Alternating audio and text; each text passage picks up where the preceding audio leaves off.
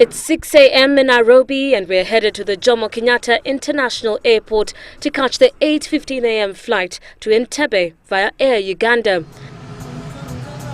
JKIA is the largest airport in the region and serves as a hub for most international airlines. Our plan is to leave our vehicle in the long-term parking bay where it costs 60 shillings per hour per car as we plan to return later this evening. Touchdown in Entebbe, Uganda, the Pearl of Africa. The 8:15 flight is very popular with customers because they can be here by 9:30 the latest and can be in Kampala by 10:30, and we've slightly delayed our evening flight so people can do a day return.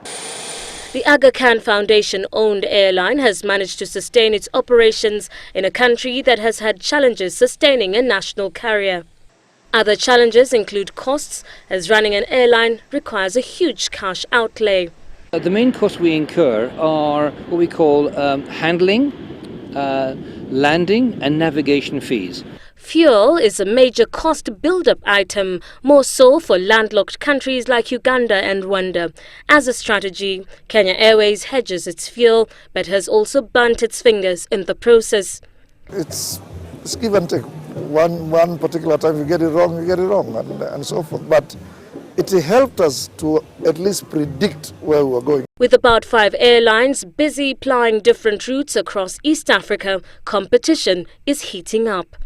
And I think generally competition across the region is great because it's bringing prices down, whether they be on domestic flights or on regional flights. We consider them as strategic partners because we do a lot of things in common. We sign agreements together. Sometimes we work together on some specific project, and there is a lot of win-win that we try to create between both airlines. Competition has helped us to better ourselves as JetLink, to help us to improve our services, and it has helped to regulate fares on the domestic market. And given the cutthroat competition, some local airlines are feeling the heat. I must say that in a sense, the competition that we have right now is I would call it unfair competition. Kenya Airways has also come under the spotlight, seen by its competition as virtual monopoly. Question of monopoly, we've never been a monopoly. There's always been competition. There's a road and so forth. And I guess, I don't know, the question I want to ask them is, are you asking us to slow down so that you can grow? And in defending the airline he heads, Naikuni says he's focused on building a profitable firm. I mean, am I complaining about Emirates? Am I complaining about Qatar? Let us get onto the playing field. Put on your football boots, I put on mine. Na tuendelee mbele. Precision Air's CEO Alphonse Kioko, however, says competition does not have to be unfriendly.